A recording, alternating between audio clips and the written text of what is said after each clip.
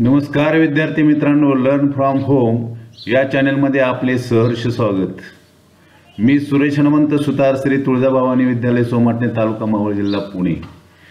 आज आपण गणित भाग 1 इयत्ता 10वी या विषयामधील प्रकरण दुसरे वर्ग समीकरणे आपण या ठिकाणी चर्चा करत आहोत। भाग 3 मध्ये आपण वर्ग समीकरणे सोडवण्याच्या पद्धती ज्या आहेत त्यामध्ये अवयव पद्धती या ठिकाणी आपण चर्चा करत आहोत किंवा अभ्यासणार आहोत। आणि त्यानंतर सराव संच 2.2 यामधल्या उदाहरणांची या ठिकाणी चर्चा करून ती सोडवायची कशी किंवा सोडवण्याच्या पद्धती, वेगवेगळ्या ट्रिक्स ज्या आहेत या ठिकाणी आपण पाहणार आहोत। आता जाणून घेऊया वर्ग समीकरणे अवयव पद्धतीने कशी सोडवावी किंवा अवयव पद्धतीने वर्ग समीकरणाची मुळे कशी काढावी। त्यालाच इंग्रजीमध्ये आपण solution of a quadratic equation by factorisation method. आता आपल्याला माहित आहे की ax वर्ग अधिक bx अधिक c बरोबर 0 हे वर्ग समीकरणाचे सामान्य रूप आहे। आता अवयव पद्धत शिकताना सुरुवातीला आपण थोडीशी ट्रिक्स किंवा जी आयडिया जी आहे ती थोडीशी आपण या ठिकाणी ध्यानात ठेवायची आहे।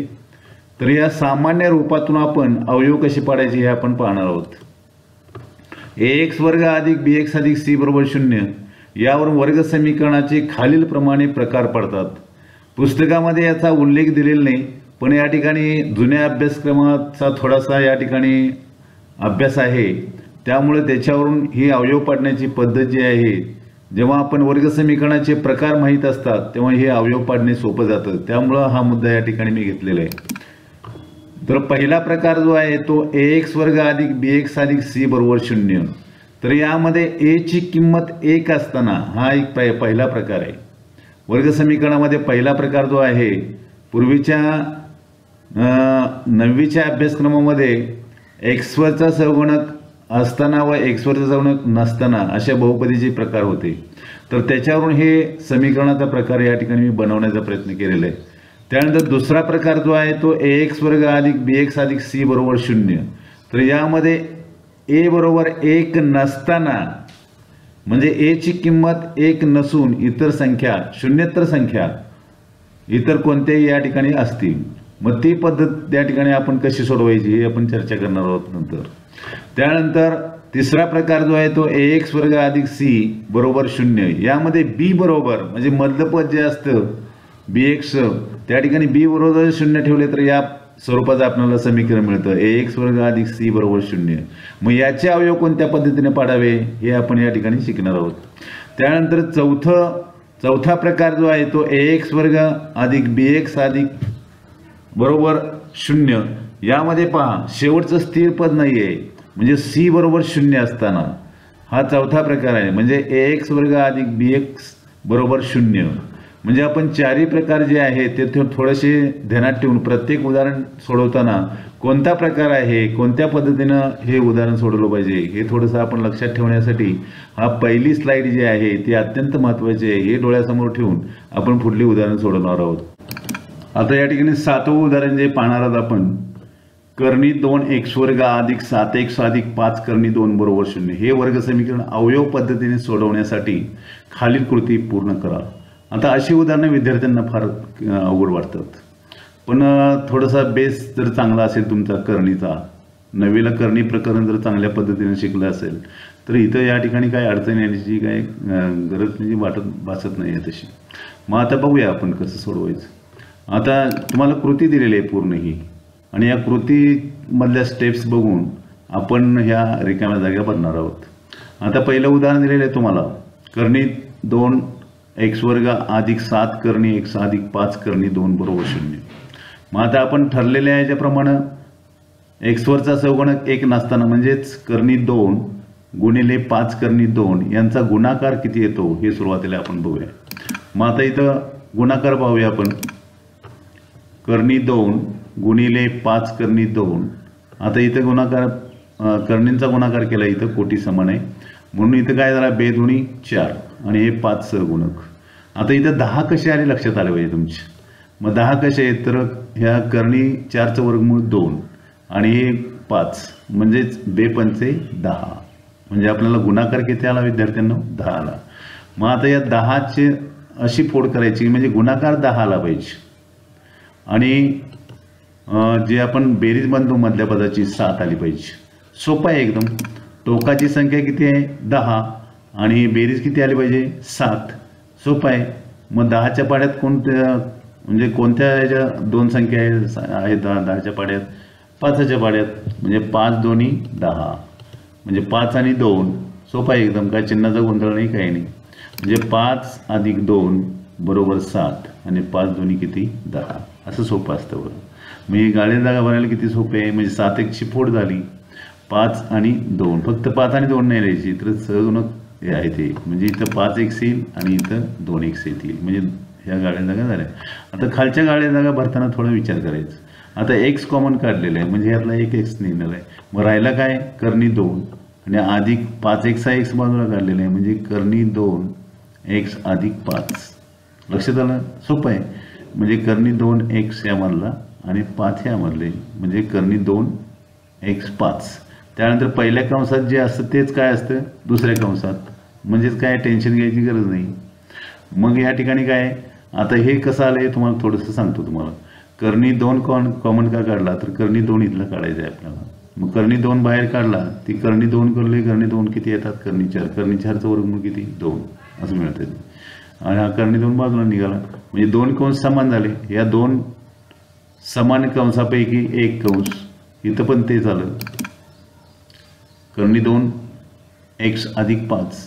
मग आता 2 कंस ठेवले. आता प्रत्येक कंसावर 0 ठेवायचा म्हणजे कर्णी 2 एक्स अधिक 5 बरोबर 0 आणि एक्स अधिक कर्णी 2 बरोबर 5. मग आता पहिली उकल काय मिळेल तर एक्स पक्षांतर होईल -5 होतील आणि कर्णी 2 खाली येतील म्हणजे -5 कर्णी 2 आणि इथं तुम्हाला दिलेलंच आहे एक्स अधिक कर्णी 2 बरोबर 0 तर एक्स बरोबर वजा कर्णी 2. आता ही उकल इथं द्यायची फक्त लिहायची -5 कर्णी 2. असे या पद्धतीनं कृती जी आहे ते अत्यंत सोपी असतात पण आपल्याला थोडासा विचार करावा लागतो एवढं त्यामध्ये थोडीशी मर्यादा पडते. आता आपण 8वं उदाहरण बघूया. तारांकित उदाहरण स्टार एक्झाम्पल म्हणतो आपण त्याला.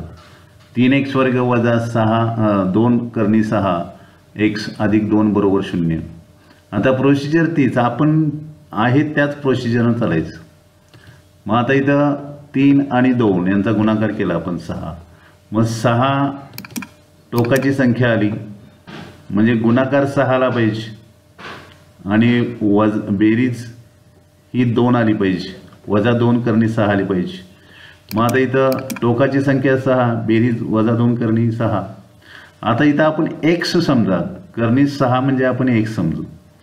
आता -2 एक्स केव्हा येतात बेरीज -2 एक्स केव्हा येते किंवा -2 -1 आणि -1 -2 येतात की नाही. मग इथं आपल्याला 6 हे इथले आणायचे 6.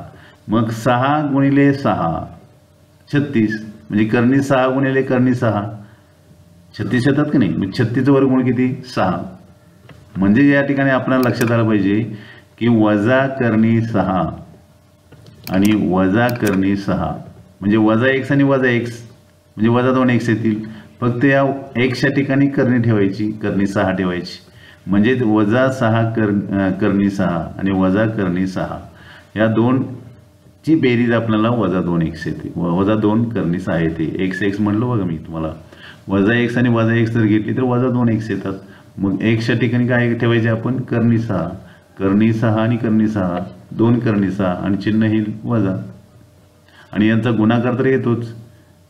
ऋण संख्यांची बेरीज ही धन येते आणि कर्णी 6 गुणिले कर्णी 6 कर्णी 36 कर्णी 36चं वर्गमूळ किती म्हणजे त्याचं वर्गमूळ काय येईल 6 येईल. असं सोपं असतं. आता ह्या संख्या इकडे वापरा.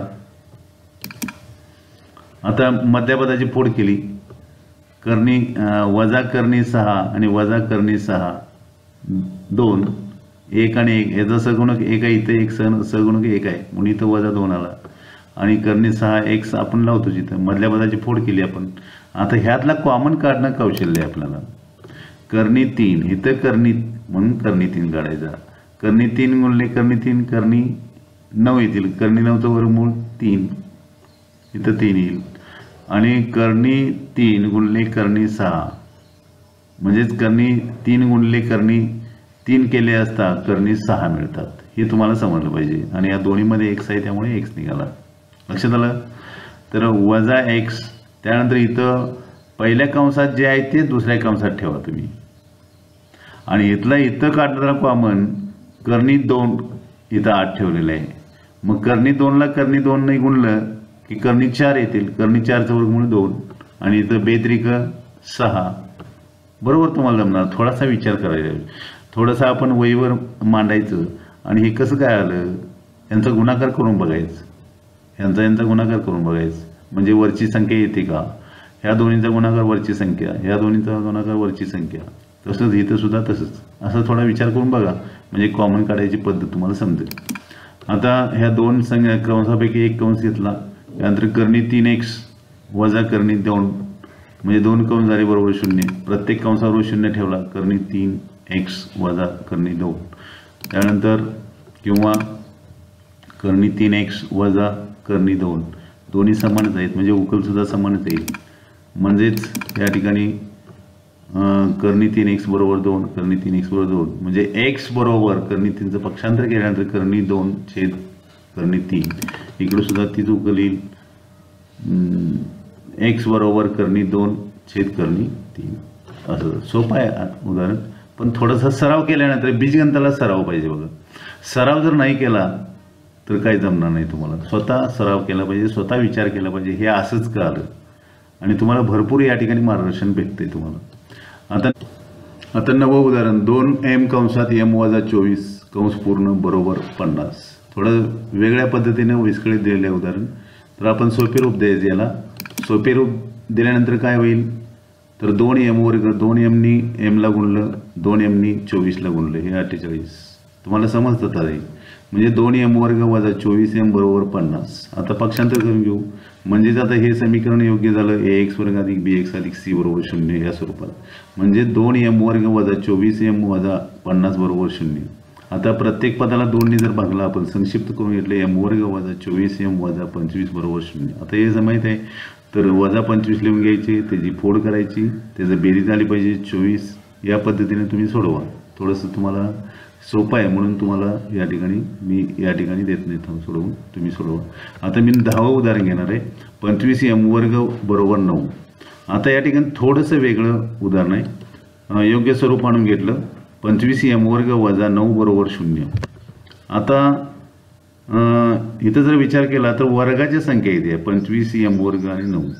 मग त्यांचं कंसामध्ये वर्गमूळ मांडून त्याचा वर्ग करायचं. म्हणजेच हे स्वरूप कोणतं आहे बघा. आपण प्रकार शिकलेलो आहोत ax वर्ग अधिक c बरोबर 0. यामध्ये तिसरा प्रकार आपण शिकलेलो आहोत तो म्हणजे या ठिकाणी b बरोबर 0 आहे. बीची किंमत नाही मधलं पद नाही आहे. मग त्यावेळी असे या पद्धतीने करायचे गणित. म्हणजेच 25/5 9चं वर्गमूळ 3 कंसाचा वर्ग गेलेला. आता आपल्याला आठवत असेल सूत्र a वर्ग वजा b वरची फोड किंवा विस्तार. एकदा बेरीज आणि एकदा वजाबाकी असं असेल तर एकदा बेरीज करा एकदा वजाबाकी करा. म्हणजे त्यांच्या वर्गमूळांची एकदा बेरीज झाली एकदा वजाबाकी झाली. प्रत्येक कंसावर 0 ठेवा म्हणजे 5m अधिक 3 बरोबर 0 5m वजा 3 बरोबर 0. म्हणजे 3चा अधिक 3चे वजा झाले वजा 3चे अधिक म्हणजे m बरोबर इथं पहिलं मूळ निघालं तुम्हाला वजा 3/5 आणि दुसरं मिळालं 3/5 म्हणजे हे 2 मूळ मिळाले आपल्याला. म्हणजे 10वं उदाहरण सोडवलं आपण. आता 11वं उदाहरण कोणतं आहे तर 7m वर्ग बरोबर 21m. आता हे पक्षांतर करून घेतलं 21m म्हणजे 7m वर्ग वजा 21m बरोबर 0. हा कोणता प्रकार आठवतो का. म्हणजेच आपल्याला चौथा प्रकार आपण पाहिला ax वर्ग अधिक bx बरोबर 0. यामध्ये c बरोबर 0 असताना मग अशी गणितं सोपी असतात पण दिसायला अवघड दिसतात ती सोपी असतात. इथं फक्त कॉमन काढायचं आहे. म्हणजे 7 ने 21ला भाग जातो m दोन्हीकडे m आहे त्यामुळं इथं आपल्याला संक्षिप्त करून घेतले पहा उदाहरण 7 त्रिक 21 म्हणजे 7 ने भागले. परत उदाहरण सोपं करून घेतलं. आता इथं m कॉमन काढा. m कंसात m वजा 3 बरोबर 0. तर आता m बरोबर 0 इथे m बरोबर 0 येईल आणि m वजा 3 बरोबर 0 म्हणजे पहिली उकल आपल्याला 0 मिळते आणि दुसरी उकल एक m वजा 3 म्हणजेच m बरोबर 3 आणि m बरोबर 0. असं या पद्धतीचं जर उदाहरण असेल तर पहिली उकल ही पहिलं मूळ हे 0 असतं. म्हणजे इथं जर c बरोबर 0 असेल, ह्या ax वर्ग अधिक bx बरोबर 0 असं जर उदाहरण असेल किंवा या प्रकारामध्ये उदाहरण जर असेल तर पहिली उकल किंवा पहिलं मूळ जे आहे ते 0 असतं आणि दुसरं इतर मूळ असतं, हे लक्षात ठेवा. आता शेवटचं 12 उदाहरण आपण सोडवणार आहोत. आता त्याचा प्रकार तुम्हाला माहीत आहे, m वर्ग वजा 11 बरोबर 0 हा आता झालेला प्रकार. b बरोबर 0 असताना ax वर्ग अधिक c. मग इथं वर्गात मांडलेलं आहे म्हणजे m चा वर्ग इथं वजा करणीमध्ये टाकलेला आहे आणि त्याचा वर्ग लिहिलेला आहे. मग एकदा यांची बेरीज करा, एकदा वजाबाकी करा. या a वर्ग वजा b वर्ग, आता जे सूत्र आपण मागच्या वेळी सांगितलं तुम्हाला हेच सूत्र, a वर्ग वजा b वर्ग बरोबर a अधिक b a वजा b. एकदा बेरीज आणि एकदा वजाबाकी. मग एकदा बेरीज केली यांच्या वर्गमुळांची, एकदा वजाबाकी केली. आता पुढं m अधिक करणी 3 करणी 11 बरोबर 0, तर m वजा करणी 11 बरोबर 0, तर m बरोबर वजा करणी 11 आणि m बरोबर करणी 11 धन 11. मग आता अशी या पद्धतीने आपण वर्ग समीकरणाचा सराव संच 2.2 या ठिकाणी आपण चांगल्या पद्धतीनं संपूर्ण शंका दूर करण्यासारखं या ठिकाणी आपण इथं सराव संच सोडवले. आमचा हा व्हिडिओ तुम्हाला आवडलाच असेल तर आमच्या चॅनेलला लाईक करा, शेअर करा आणि सबस्क्राईब करा विसरू नका. धन्यवाद.